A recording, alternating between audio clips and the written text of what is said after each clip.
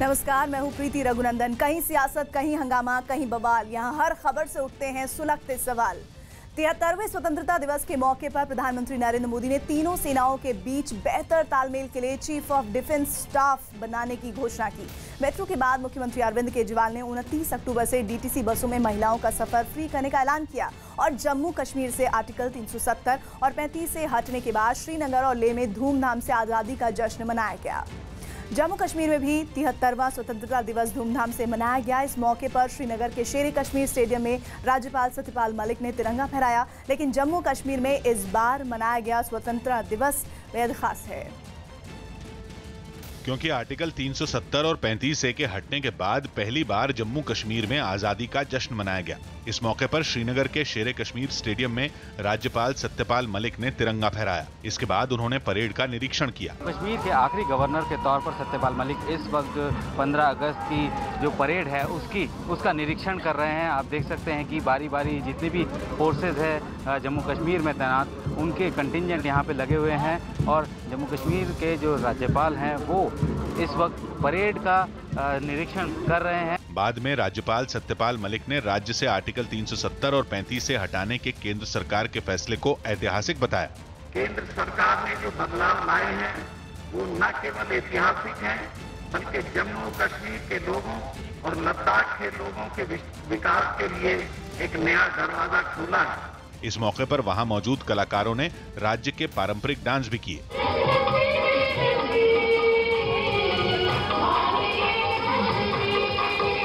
आजादी का जश्न मनाने के लिए स्टेडियम में लोगों की काफी भीड़ जुटी, जिसे देखते हुए प्रशासन ने वहां सुरक्षा के कड़े इंतजाम किए थे ताकि आजादी के जश्न में किसी तरह का कोई खलल न पड़ पाए।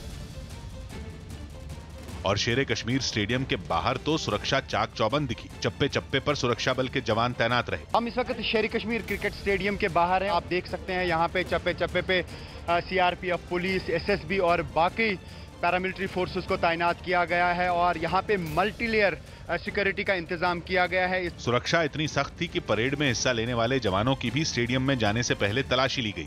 ये जो सीआरपीएफ के लोग हैं या एसएसबी के लोग हैं या बाकी जितने भी लोग परेड में शिरकत करने के लिए आ रहे हैं, उनकी भी तलाशी ली जा रही है। हालांकि उनके साथ में वेपन है, लेकिन उसके बाद भी पूरी जांच की जा रही है। सुरक्षा के इंतजाम ऐसे कि परिंदा भी पर ना मार सके। सिर्फ स्टेडियम और उसके आसपास ही नहीं, बल्कि शहर में भी सुरक्षा के बेहद सख्त इंतजाम किए गए और शहर के अंदर आने जाने वाली सड़कों को बंद कर दिया गया। सड़कों पर बैरिकेड लगा दिए गए, जगह जगह तारबंदी कर दी गई। जम्मू कश्मीर में धारा 370 हटने के बाद ये पहला स्वतंत्रता दिवस समारोह है और इसके लिए सुरक्षा के पुख्ता इंतजाम किए गए हैं। ये जो रूट है ये जो है सीधा स्टेडियम की तरफ जाता है। यहाँ आप देख सकते हैं कि बिना पास वाली किसी भी गाड़ी को नहीं जाने दिया जा रहा है। इसके अलावा बिना इजाजत गाड़ियों को शहर में दाखिल होने से रोक दिया गया। सड़कों पर सिर्फ सुरक्षा बल की गाड़ियां ही चलती दिखाई दी। पूरे इलाके को एक छावनी में तब्दील कर दिया गया है और सिर्फ वो गाड़ियां यहाँ से मूव कर रही हैं, या तो सिक्योरिटी फोर्सेस की हो या एम्बुलेंस हो या फिर फायर ब्रिगेड की। बाकी किसी भी गाड़ी को जो यहाँ से मूव करने का ऑर्डर नहीं है। स्वतंत्रता दिवस के मौके पर प्रधानमंत्री के आर्टिकल 370 पर दिए गए बयान पर जुबानी जंग छिड़ गई। लाल किले से देश को संबोधित करते हुए प्रधानमंत्री ने जम्मू कश्मीर से आर्टिकल 370 हटाने का मुद्दा उठाते हुए विरोधियों पर जोरदार हमला किया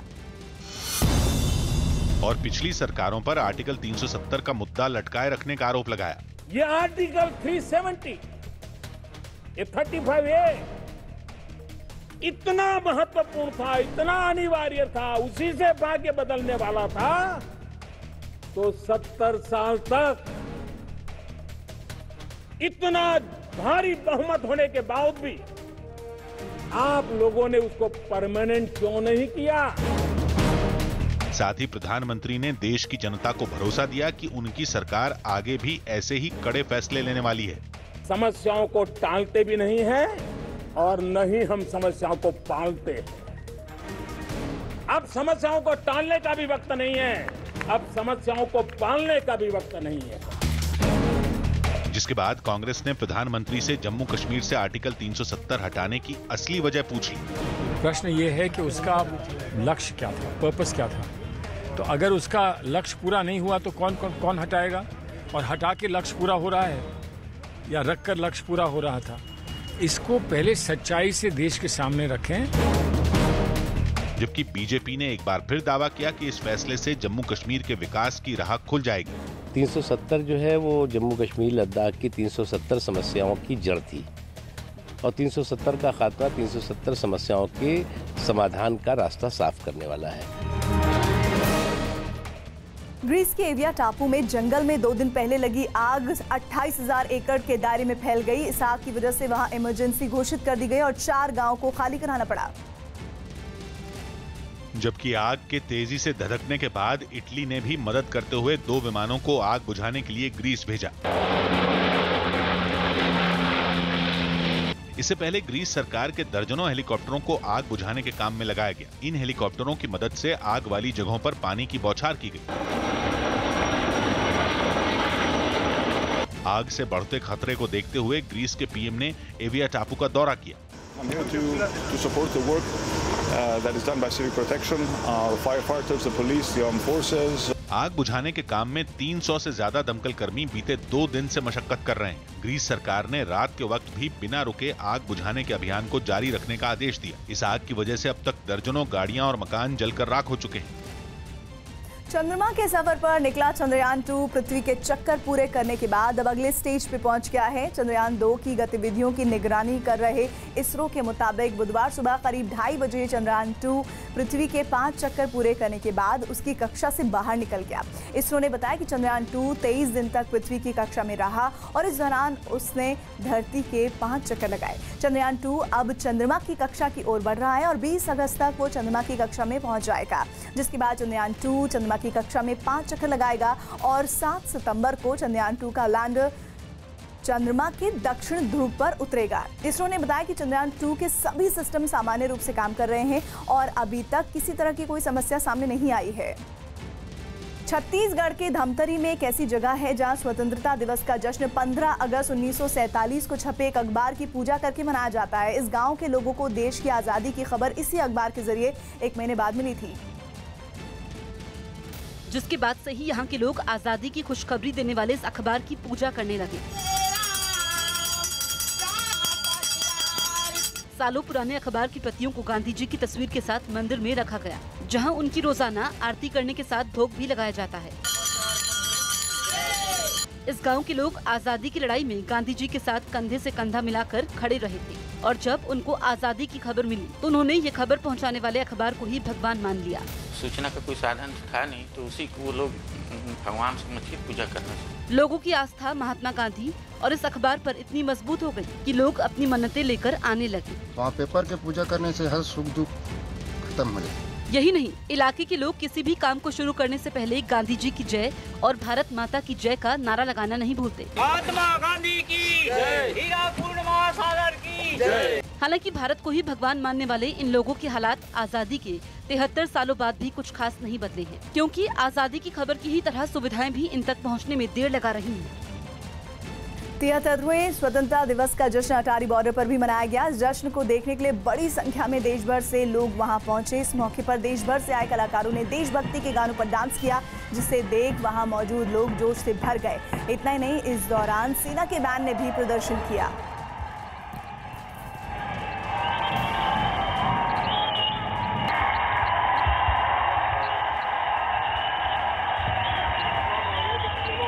तो अटारी बॉर्डर पर आज़ादी का जश्न, इसकी तस्वीर आप देख रहे हैं और सबसे बड़ी बात यह है कि इस अटारी बॉर्डर पर मनाने वाले जश्न को देखने के लिए सबसे ज़्यादा भारतीय एकत्रित होते हैं और अवसर अगर ऐतिहासिक 73वें स्वतंत्रता दिवस का हो तो बात और भी अपने आप में नायाब हो जाती है। हमारी संस्कृति को प्रदर्शित करने वाले कार्यक्रम, लोकगीत और तमाम तरह की ऐसी गतिविधियाँ जो देशभक्ति के तरानों को और ज़्यादा बढ़ाती है, वो सब किया जाता है। और यहाँ पर एक अलग तरह का देशभक्ति का माहौल होता है, जिसमें हाथों में तिरंगे होते हैं और लोग लहलहाते हुए उन तिरंगों को अपनी देशभक्ति को दिखाते हैं। और इस बीच ये सांस्कृतिक कार्यक्रम इसी तरह चलते रहते हैं।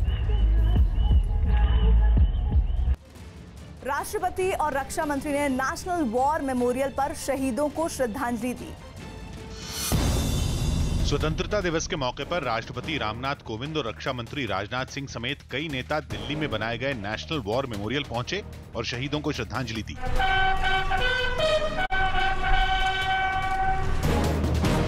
आंध्र प्रदेश के विशाखापट्टनम में नौसेना ने स्वतंत्रता दिवस समारोह मनाया। कंगना रनौत ने 73वें स्वतंत्रता दिवस पर देशवासियों को बधाई दी और सभी से स्वच्छता और पर्यावरण के लिए कदम उठाने की अपील की। मेरी तरफ से सब भारतवासियों को स्वतंत्रता दिवस की बहुत सारी शुभकामनाएं। लोकसभा अध्यक्ष ओम बिरला ने सभी को स्वतंत्रता दिवस की बधाई दी। मैं सभी देशवासियों को बहुत बहुत शुभकामनाएं देता हूं। यूपी के कानपुर में पुलिस लाइंस में भी 15 अगस्त पर कार्यक्रम आयोजित किया गया। एकता और सद्भाव से रहने की शपथ ली है। बिहार के सीएम नीतीश कुमार ने पटना में झंडा फहराया और परेड की सलामी ली। आज के दिन हम उन स्वतंत्रता सेनानियों को श्रद्धासुमन अर्पित करते हैं। 73वें स्वतंत्रता दिवस पर प्रधानमंत्री नरेंद्र मोदी ने लाल किले पर तिरंगा फहराया और इस कार्यक्रम में गृह मंत्री अमित शाह और रक्षा मंत्री राजनाथ सिंह समेत कई लोग मौजूद रहे।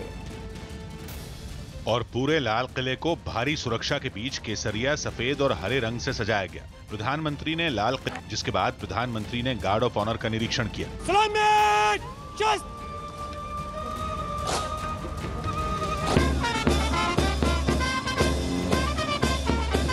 और फिर पीएम नरेंद्र मोदी ने लाल किले पर पहुंचकर तिरंगा फहराया। तिरंगा फहराने के बाद प्रधानमंत्री ने वहां मौजूद सभी लोगों को हाथ जोड़कर धन्यवाद दिया।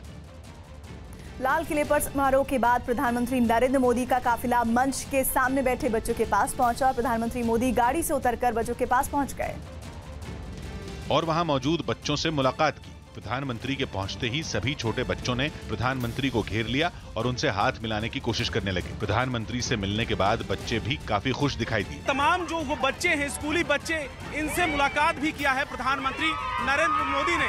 काफी उत्साहित और खुश नजर आ रहे हैं। आप लोग क्या प्रधानमंत्री से मुलाकात किया आप लोगों ने?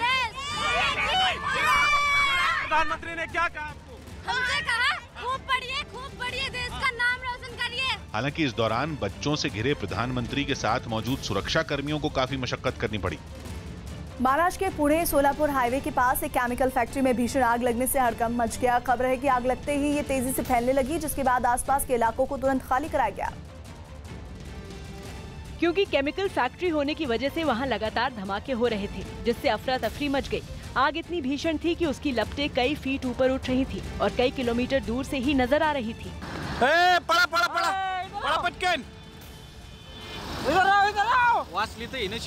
आग से धुएं का गुबार उठ रहा था। बताया गया कि आग लगते ही फैक्ट्री में काम कर रहे मजदूरों को वक्त रहते बाहर निकाल लिया गया।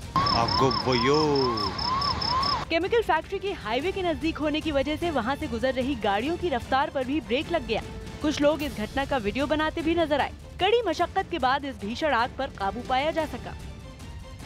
चीन के ईशान शहर में ब्रेक फेल होने से एक मिनी वैन बेकाबू हो गई। ये मिनी वैन वहां एक ट्रैफिक सिग्नल के पास खड़ी थी, लेकिन अचानक वैन बेकाबू होते हुए सड़क पार करने लगी और फुटपाथ से गुजर रहे एक आदमी और उसके 2 बच्चों के सामने आ गई। इससे पहले मिनी वैन जब बेकाबू हुई तो उसने सामने खड़ी कार को टक्कर मारी। इसके बाद वैन ने भीड़-भाड़ वाली सड़क को पार किया और फिर फुटपाथ पर चढ़ गई, जहां एक आदमी अपने 2 बच्चों के साथ गुजर रहा था। हालांकि वैन वहां मुड़ी नहीं और सीधे एक बैंक के अंदर जा घुसी। मिनी वैन की चपेट में आने से बैंक की कर्मचारी घायल हो गई। हादसे के बाद पुलिस ने वैन चला रहे ड्राइवर को पूछताछ के लिए हिरासत में ले लिया। दावा किया गया कि उसकी वैन पहले से ही खराब थी और ब्रेक सही से काम नहीं कर रहे थे। कांग्रेस नेता दिग्विजय सिंह के महात्मा गांधी के हत्यारों पर किए गए ट्वीट पर बवाल मच गया है। दिग्विजय सिंह ने स्वतंत्रता दिवस के मौके पर महात्मा गांधी को याद करते हुए एक ट्वीट किया, जिसमें दिग्विजय सिंह ने महात्मा गांधी के हत्यारों को सजा न दिला पाने पर अफसोस जताया। जिसके बाद बीजेपी ने उसी अंदाज में पलटवार करते हुए दिग्विजय के पुराने बयानों का जिक्र छेड़ दिया। वो दिग्विजय सिंह जो अफजल को गुरु कहते हैं, जो आतंकवादियों को संरक्षण देने की बात करते हैं, वो दिग्विजय सिंह जिनके बयान में पाकिस्तान परस्ती झलकती हो, उनके मुंह से इस तरह की बापू को श्रद्धांजलि देना बहुत अच्छा नहीं लगता। दिल्ली में बढ़ते प्रदूषण पर काबू पाने के लिए दूसरे राज्यों से दिल्ली में आने वाली गाड़ियों पर 16 अगस्त के बाद शिकंजा कस जाएगा। जानकारी के मुताबिक 16 अगस्त के बाद दिल्ली में सिर्फ उन्हीं कमर्शियल गाड़ियों को आने की इजाजत दी जाएगी जिनमें RFID यानी रेडियो फ्रीक्वेंसी आइडेंटिफिकेशन टैग लगा होगा। RFID टैग की मदद से दिल्ली में आते वक्त टोल प्लाजा पर गाड़ी को रुकना नहीं पड़ेगा और उसका टोल गाड़ी मालिक के अकाउंट से खुद ब खुद कट जाएगा। लेकिन 16 अगस्त के बाद जिन गाड़ियों पर RFID टैग नहीं लगा होगा उनसे जुर्माने के तौर पर मोटी रकम वसूल की जाएगी। जानकारी के मुताबिक बिना RFID टैग के दिल्ली में घुसने वाले ट्रक या बड़ी गाड़ियों को पहले हफ्ते 5,200 रुपए देने पड़ेंगे, जबकि दूसरे हफ्ते में जुर्माने की रकम बढ़कर 10,400 और तीसरे हफ्ते 15,600 रुपए दी जाएगी ये रकम जुर्माने की। परिवहन विभाग ने RFID टैग लगाने के लिए गाजियाबाद, मानेसर, कोंडली और बहादुरगढ़ समेत 6 जगहों पर सेंटर भी खोले हैं। 73वें स्वतंत्रता दिवस के मौके पर प्रधानमंत्री नरेंद्र मोदी ने अपनी संकट से उबरने के लिए लाल किले से बड़ा ऐलान किया। इस वक्त अटारी बॉर्डर से बहुत खूबसूरत तस्वीरें आ रही हैं, सीधे आपको दिखाते हैं।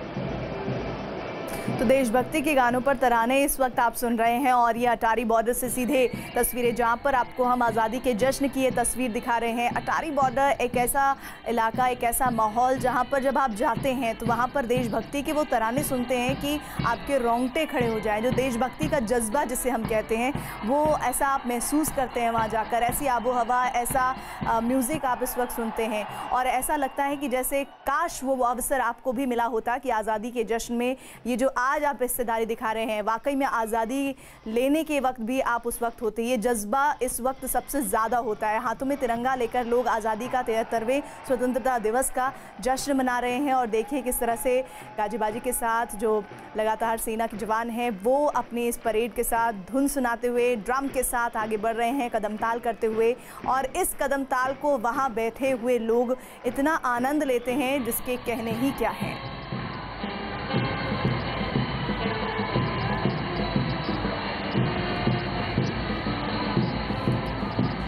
और इधर मुंबई में एक स्कूल की छात्रा ने मुंबई पुलिस और ट्रैफिक पुलिस के जवानों के साथ रक्षाबंधन का त्यौहार मनाया। इस त्यौहार पर लोगों की सुरक्षा की जिम्मेदारी होने की वजह से ज्यादातर जवान ड्यूटी पर थे और इसलिए छात्राओं ने उनके साथ इस पर्व को मनाने का फैसला किया। छात्राओं ने ट्रैफिक पुलिस के जवानों को तिलक लगाए और फिर राखी बांधकर मिठाई खिलाई और साथ में गुलाब का एक एक फूल भी उन्हें दिया। इसके अलावा पुलिस के जवानों को भी उन्होंने राखी बांधी। स्कूल की टीचरों ने इस काम में उनकी मदद की। पुलिस वालों को राखी बांधकर छात्राएं काफी खुश दिखाई दी। ये लोग अपनी ड्यूटी करते, घर नहीं जा पाते, बैंड के साथ में टाइम स्पेंड नहीं कर सकते और फिर इसके बाद हम लोग यहाँ पे आके बांधे, हमको बहुत अच्छा लगा। छात्राओं के साथ टीचर भी पुलिस के जवानों को राखी बांधती नजर आई। हमारे बच्चों को भी एक भय था पुलिस का, तो वो भी दूर करने का ये अवसर हमें मिला। छात्राओं और टीचरों से राखी बंधवाकर पुलिस वाले भी काफी खुश दिखे। इन बच्चों ने और टीचर्स ने आके जो हमें रक्षाबंधन किया हुआ है, तो वो जो घर जैसा माहौल यहाँ पे बना है, तो हमारा उत्साह उससे और बढ़ जाता है। बाद में पुलिस अधिकारी ने सभी छात्राओं को गिफ्ट के तौर पर चॉकलेट दी। टीम इंडिया के खिलाड़ियों ने सभी को 15 अगस्त की बधाई दी। विराट कोहली और रोहित शर्मा समेत टीम इंडिया के दूसरे खिलाड़ियों ने सभी को 15 अगस्त की बधाई दी। Happy independence day. यूपी के अयोध्या में कलेक्ट्रेट समेत सभी प्रशासनिक दफ्तरों में स्वतंत्रता दिवस के कार्यक्रम आयोजित किए गए। सुरक्षा का संकल्प आज हमने फिर दोहराया है। मध्य प्रदेश के इंदौर में एसटीएफ ने सांपों की तस्करी के इल्जाम में 4 आरोपियों को गिरफ्तार कर लिया। कार्रवाई हेतु वन विभाग के सुपुर्द किया। यूपी के बागपत में खेल के दौरान बच्चों में हुए विवाद के बाद 2 पक्षों में भिड़ंत हो गई, जिसमें कई लोग घायल हो गए। दोनों तरफ से पत्थरबाजी हुई, फिर एक तरफ से फायरिंग भी हुई। हिमाचल प्रदेश के लाहौल स्पीति में आयोजित एक ट्राइबल फेस्टिवल में बड़ी संख्या में लोगों ने हिस्सा लिया।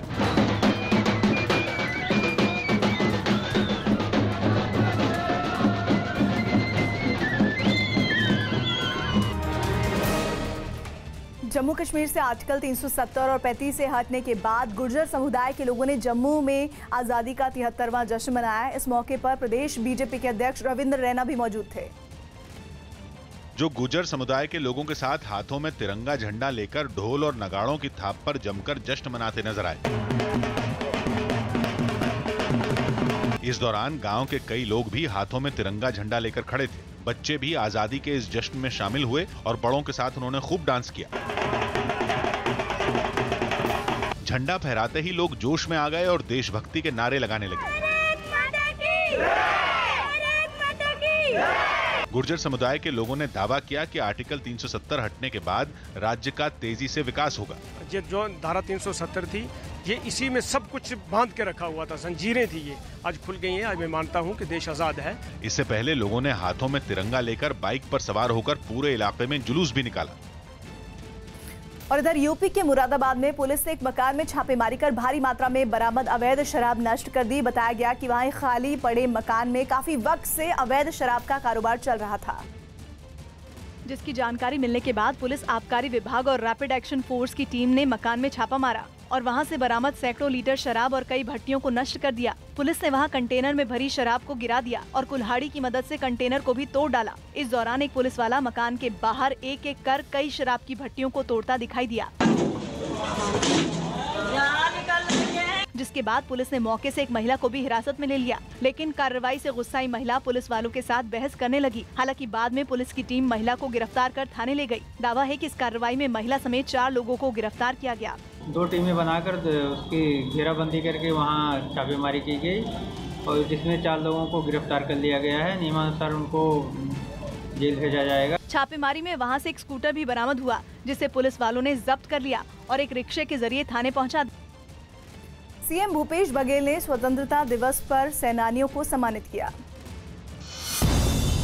छत्तीसगढ़ के सीएम भूपेश बघेल ने रायपुर में झंडा फहराया और स्वतंत्रता सेनानियों को सम्मानित किया। एकता के बदौलत भारत को दुनिया के आदर्श लोकतंत्र और महान गणतंत्र का सम्मान मिला है। स्वतंत्रता दिवस और रक्षाबंधन के मौके पर यूपी के आगरा में एक कारोबारी ने 21 कैदियों का जुर्माना भरा, जिसके बाद उन्हें जेल से रिहा कर दिया गया।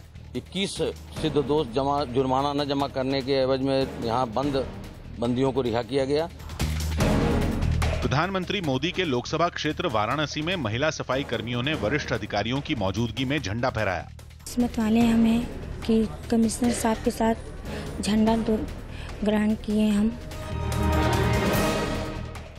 राजस्थान में भी भारी बारिश का असर दिख रहा है। कोटा समेत कई जिलों में लगातार हो रही बारिश की वजह से हालात काफी खराब है। जिले में कई इलाकों का भी संपर्क कट चुका है, जिसकी वजह से लोग जान जोखिम में डालने को मजबूर हैं। कोटा झालावाड़ हाईवे तो पानी में डूब गया। सैलाब के बीच लोगों को खतरा लेकर वहां से गुजरते हुए देखा गया। बच्चों को भी किसी तरह बचाया गया। कोटा में भारी बारिश की वजह से हालात काफी खराब हैं। रिहायशी इलाकों में पानी भरने से लोग अपने घरों में कैद हो गए। कोटा बैराज के 13 गेट खोलने से हालात और भी बिगड़ गए। बांध से जब पानी छोड़ा गया तब मंजर काफी डरा देने वाला था। राजधानी जयपुर में भी भारी बारिश का असर देखने को मिला। वहां 2 बाइक सवार हादसे का शिकार हो गए। पानी घुटनों तक होने की वजह से दोनों बाइक सवारों ने संतुलन खो दिया और नीचे गिर गए। इस हादसे में सभी को मामूली चोटें आईं। मौसम विभाग ने पूर्वी राजस्थान के जिलों में भारी बारिश की चेतावनी जारी की है, जिससे हालात और भी बिगड़ सकते हैं। सबसे ज्यादा खतरा उन जिलों में है जहां पहले ही भारी बारिश का टॉर्चर जारी है। स्वतंत्रता दिवस के मौके पर प्रधानमंत्री नरेंद्र मोदी ने लाल किले से दिए भाषण में दुनिया में युद्ध के तरीके बदलने का जिक्र किया। पीएम ने भारतीय सेना के भी एकजुट होकर काम करने को जरूरी बताया और तीनों सेनाओं के लिए चीफ ऑफ डिफेंस स्टाफ बनाने का ऐलान कर दिया। आज हमने निर्णय किया है कि अब हम chief of defence staff CDS इसकी व्यवस्था करेंगे और इस पद के गठन के बाद तीनों सेनाओं के शीर्ष स्तर पर एक प्रभावी नेतृत्व मिलेगा। हालांकि कांग्रेस ने प्रधानमंत्री के इस ऐलान को कोई तवज्जो नहीं दी और इस पर लंबे वक्त से विचार किए जाने का दावा कर दिया। It has been in the pipeline for long and the government of the day has to take the call. There's nothing big about it. जबकि रक्षा मामलों के जानकारों ने प्रधानमंत्री के इस फैसले की तारीफ की। बहुत साहसी कदम है, राष्ट्र के हित में है, फौज के हित में है।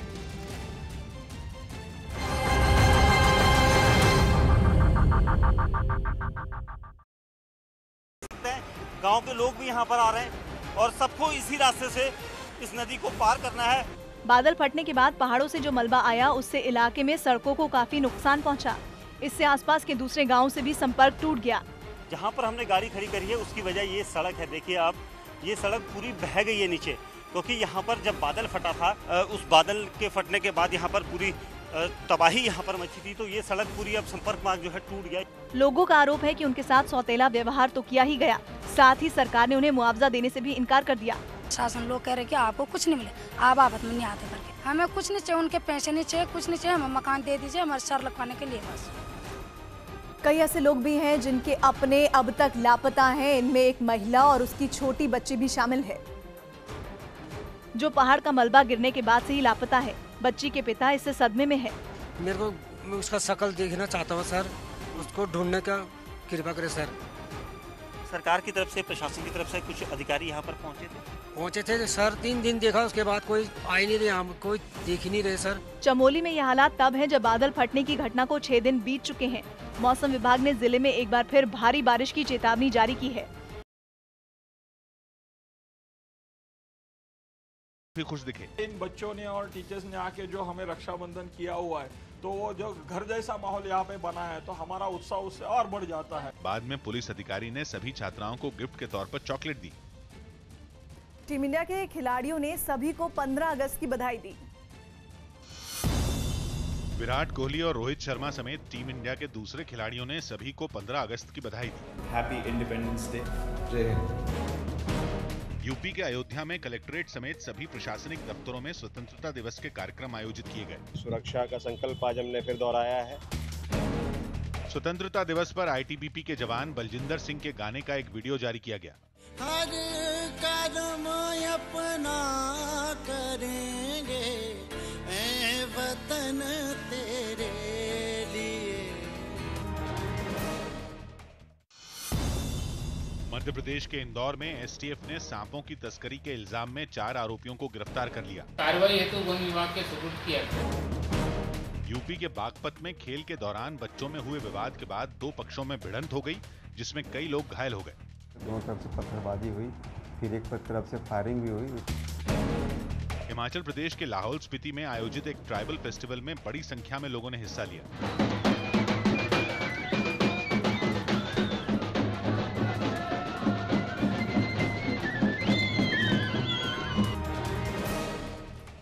जम्मू कश्मीर से आर्टिकल 370 और 35 से हटने के बाद गुर्जर समुदाय के लोगों ने जम्मू में आज़ादी का 73वां जश्न मनाया। इस मौके पर प्रदेश बीजेपी के अध्यक्ष रविंद्र रैना भी मौजूद थे, जो गुर्जर समुदाय के लोगों के साथ हाथों में तिरंगा झंडा लेकर ढोल और नगाड़ों की थाप पर जमकर जश्न मनाते नजर आए।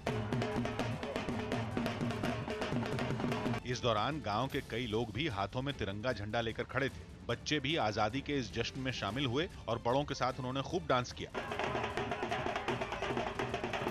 झंडा फहराते ही लोग जोश में आ गए और देशभक्ति के नारे लगाने लगे।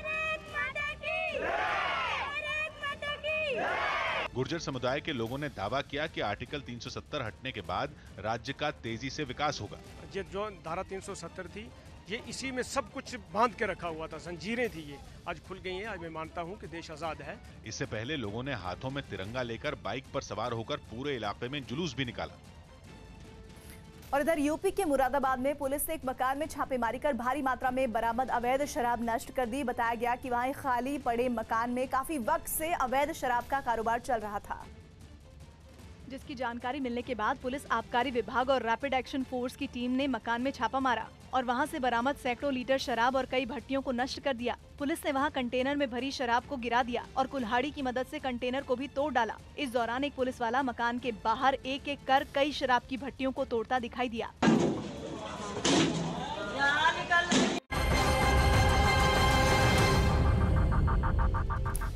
15 अगस्त के साथ देश भर में रक्षाबंधन का त्योहार भी धूमधाम से मनाया गया।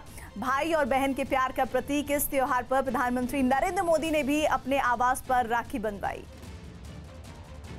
से पहले छोटे बच्चों ने उन्हें राखी बांधी। कुछ बच्चों ने राखी बांधने के बाद प्रधानमंत्री नरेंद्र मोदी को अपने हाथों से तैयार किए गिफ्ट भी दिए। बच्चों से राखी बंधवाने के दौरान पीएम मोदी उन्हें दुलारते भी दिखाई दिए। इसके बाद बड़ी संख्या में स्कूली बच्चियों और महिलाओं ने उन्हें राखी बांधी। कई मुस्लिम महिलाओं और विधवाओं से भी प्रधानमंत्री ने राखी बंधवाई। रक्षाबंधन के इस मौके पर प्रधानमंत्री नरेंद्र मोदी को उनकी मुंह बोली बहन कमर मोहसिन शेख ने भी राखी बांधी। कमर मोहसिन शेख पाकिस्तानी मूल की हैं। उनके पति भारतीय हैं और पेशे से चित्रकार हैं। अपने भाई नरेंद्र मोदी को राखी बांधने के साथ ही कमर मोहसिन शेख ने पति की बनाई एक पेंटिंग भी उन्हें भेंट की। गोल्डन फ्रेम में मढ़ी इस पेंटिंग में ब्रह्मांड के बैकग्राउंड वाले चित्र पर पीएम नरेंद्र मोदी की तस्वीर बनी हुई थी। पश्चिम बंगाल की मुख्यमंत्री ममता बनर्जी ने जम्मू कश्मीर से आर्टिकल 370 हटाने के तरीके पर सवाल उठाते हुए मोदी सरकार पर निशाना साधा।